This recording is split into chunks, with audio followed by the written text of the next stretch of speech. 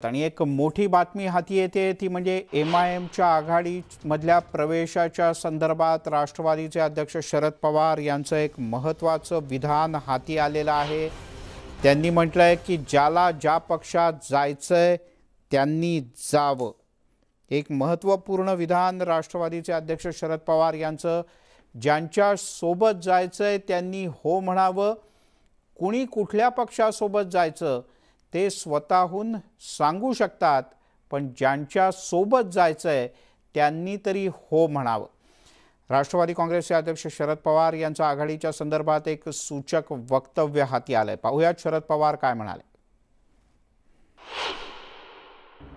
कुठल्या पक्षासोबत जायचं ते स्वतः सांगू शकतात, पण ज्यांच्यावर जायचं त्या पक्षाने तर होय म्हणलं पाहिजे।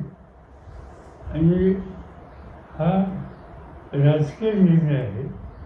हा राजकीय निर्णय महाराष्ट्रापुरता कुणी प्रस्तावित केला असला तर राष्ट्रवादी काँग्रेस पक्ष म्हणून अशा प्रकारचा राजकीय निर्णय राज्याला घ्यायचा अधिकार देत नाही। या संदर्भात आपण अधिक जाणून घेऊया। ज्येष्ठ राजकीय विश्लेषक संदीप प्रधान सर आपल्यासोबत जोडले गेलेत। सर, कसं पाहायचं शरद पवार यांच्या वक्तव्याकडे? थेट नकार? मला असं वाटतं की शरद पवार यांनी या संदर्भामध्ये पूर्ण स्पष्टीकरण दिलेलं आहे की हे काय आम्ही या MIMला सोबत घेणार नाही, कारण तशी काही गरजही आता महाविकास आघाडीकडे नाही। त्यांच्याकडे पुरेसं बहुमत आहे आणि MIMला सोबत घेण्याचा प्रश्नच येत नाही। बर, पण म्हणजे मग हा MIMचाच स्वतःचा विचार होता की आम्हाला यायचंय आम्हाला घ्या, आणि म्हणून हा सगळा प्रयत्न सुरू होता?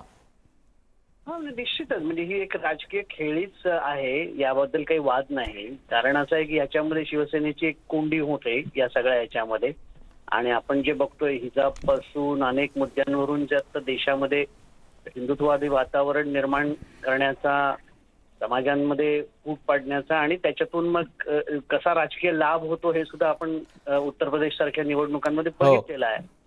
आणि त्यामुळे त्याचाच एक भाग आहे हा की शिवसेना ही MIM सोबत जाऊ शकते, आणि तशा पद्धतीचं एक वातावरण निर्माण झालं तर त्याच्यातून शिवसेनेची कोंडी करण्याचा एक प्रयत्न मला असं वाटतं तो दिसतोय ह्या सगळ्या याच्यातून।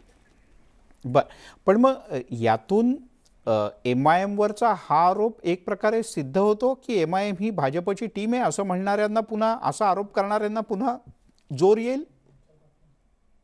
तसा आरोप तर आता महाविकास आघाडीतले पक्ष आणि नेते करतातच आहेत ना, की MIMनी हे जे काही सगळं वक्तव्य केलेलं आहे ते कुणाच्या तरी इशाऱ्यावरून केलं, म्हणजे भाजपच्या इशाऱ्यावरून केलं। अशा पद्धतीचा सूर हा महाविकास आघाडीच्या पक्षामधल्या पक्षांनी आणि नेत्यांनी लावलेलाच आहे आता। बर, संदीप सर धन्यवाद न्यूज 18 लोकमतशी बोलल्याबद्दल। त्यामुळे आता हे स्पष्ट झालंय की MIMची स्वतःची इच्छा काही असो, पण MIMला आघाडीमध्ये स्थान मिळणार नाही। स्वतः राष्ट्रवादीचे अध्यक्ष आणि या आघाडीचे कर्ते-करवते शरद पवार यांनीच हे स्पष्ट केलंय।